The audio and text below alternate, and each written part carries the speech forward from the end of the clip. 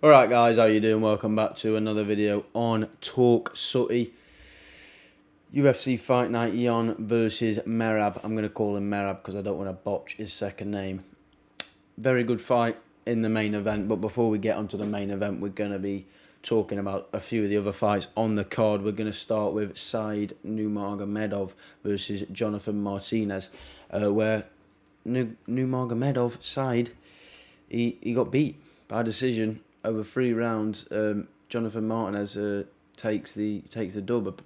I've seen a few people complain about the decision, saying it was 2-1 to Said Nurmagomedov, but yeah, apparently it was a close fight. This is the one fight that I actually forgot about and forgot to watch this morning. Few people I've seen had it in favour of Said, and I didn't see a Jonathan Martinez, but obviously he got the win. It seemed to be a close fight with Said edging it, but Martinez got the job. He got the decision in his favour, and he gets the win.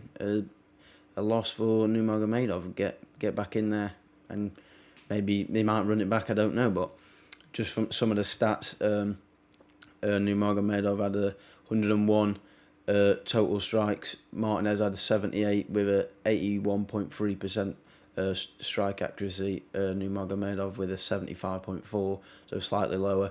Significant strikes, 38 to 47 in favour of Nurmagomedov with a 60.3% successful ratio for Nurmagomedov and 69.1 for Martinez. So the more accurate striker was Martinez. More output from Nurmagomedov.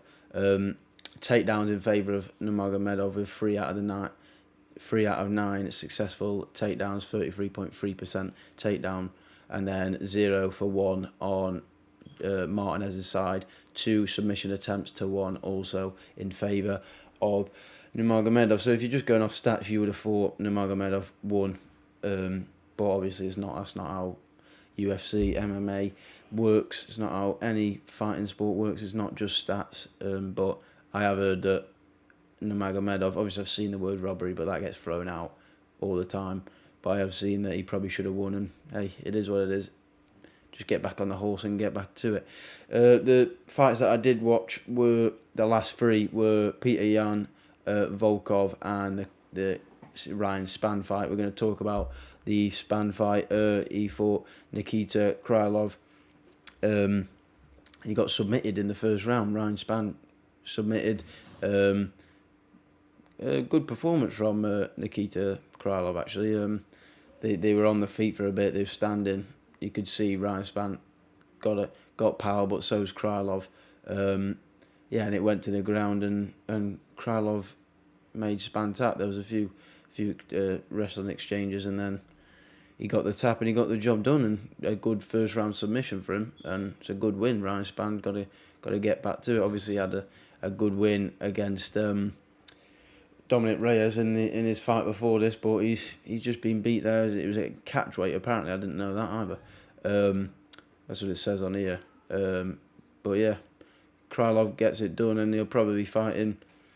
Probably be going up the ranks and fighting better opponents now, but yeah, it's a good win for him. All right, moving on to Alexander Volkov versus Alexander Romanov. I thought this was a great performance from Volkov.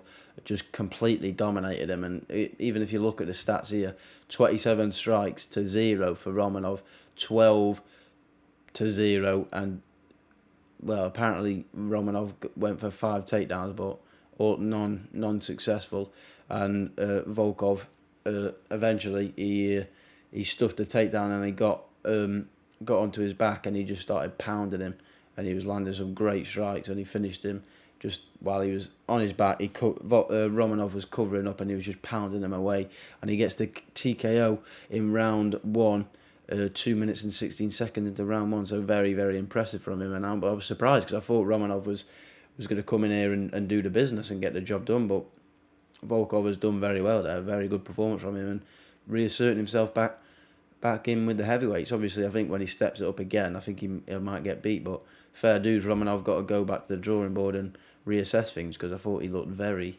very poor, actually. Very, very poor. when I was watching. I was quite surprised how easy Volkov just dominated him really in that first round. Moving on to the main event though, Jan versus MERAB. I'm going to call him MERAB. I'm not going to try and attempt his second name. But wow, what a performance from MERAB. What a performance from MERAB. A career-defining performance. Absolutely dominated Peter Jan. I was surprised. 50-45 on all three scorecards. I mean, that was the right scorecards, but I was so surprised he dominated Jan like that. I mean, it's his output. His output is crazy. I mean, he 49 takedown attempts. He only landed 11. It's only a 22.4% success rate. I mean, Jan got 1 out of 5, which is a 20% success rate. So there's not much difference in the success rate, but it's just the output. It's the constant grinding of Peter Jan. He just completely, even though, like I said, he wasn't the most successful with the takedowns, Jan was doing great. He defended him very good, to be fair, over the 5 rounds. I'm surprised he was still be able to keep up with the pace. But we know Jan's got a good gas tank. But MERAB, he puts it on you, and he puts it on you from minute 1 to minute 25, and he's taking little sips of water in between rounds. He's literally little sips of water, not taking on loads of water. He's got a great gas tank, and you've got to respect it. 202 total strikes to Peter Jan's 87, 147 significant strikes to Peter Jan's 75. I mean, just output is the key word I'd use on this fight, because MERAB just mauled him and just swarmed him, just really put it on him, and just completely used his output against Peter Jan. And I feel so sorry for Peter Jan, because I was seeing it all over Twitter this morning. What if Peter Jan didn't throw that illegal knee? I mean, it's a big what if in MMA MMA that is. It's a huge one, because he wouldn't have had. There would have been no rematch with Sterling, because he was absolutely wiping the floor with him in that first fight. I mean, his career would be completely different. But now he's lost 4 of his last 5, which is crazy, because he's so good, but he's just been really unfortunate with decisions not going his way. And yeah, that knee has just done him. I mean, last night, should I say, or early this morning for people in the UK like me, he got absolutely just bamboozled, and he was hurt at some points to the leg. That leg kick, calf kick in the first round hurt him, and you can see he was switching into southpaw, and it was definitely compromised him. Yeah, I just can't praise MERAB enough, because he was a great performance from him, and he's just asserted himself as either 1 or 2 in the division. Probably number 1, which I feel bad for MERAB, because obviously he doesn't want to fight Sterling because they're so close, but I think that would be a great fight if they weren't mates. But obviously I think he's going to now wait until Sterling fights Cejudo and then O'Malley, I think, later on in the year. And then apparently Sterling's going to be going up to featherweight. And then MERAB says he wants to fight for the title then. But I mean, like Dana White said in the press conference, it's risky. It's so risky, because you just never know what can happen. If he goes and fights a Chito Vera and gets knocked out, or a Sandhagen, when them two fight, whoever wins there, and then they fight MERAB and he gets knocked out, I mean, it's risky. But hey, I mean, I respect it. They're good friends, they're teammates, and obviously Aljamain was in his corner today, or earlier today in the morning, or late last night for you people across the pond. But yeah, I can't say enough about MERAB. I thought it was a great performance, and I'd like to see him against Sugar Sean if he number 1 and 2 in the division, or as it is in the on the rankings.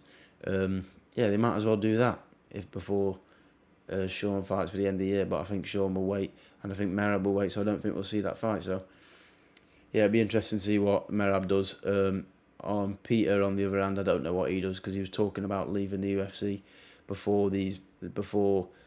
when he had a few controversial decisions not go his way.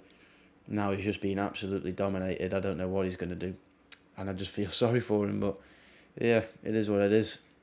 The fight game's the fight game, and he's a great striker, and he's a great fighter. He barely got taken down, considering how many attempts MERAB put his way. I mean, I don't think he got held down for more than 30 seconds at most, really.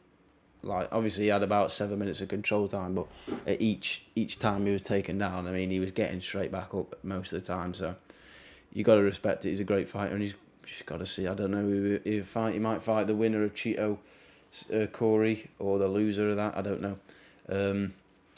But yeah, it's a great night of fights.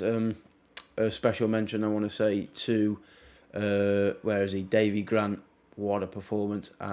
Obviously, he fought Rafael Asunjo, and he's obviously retired now. Rafael, he retired after that fight, but Davy Grant, what a performance! Got the submission in the final round, round 3, 4 minutes and 43 seconds into it. Very well done, and he had a great, beautiful spinning. Was it spinning back fist or spinning out? I think it was a spinning. Was it spinning elbow? No, it was like a spinning back fist. Dropped him. Beautiful performance, Davy Grant. Take a bow. But yeah, that's going to be it from me today. Smash the like button. Hit the subscribe button for more. And yeah, that's it. Sooty out.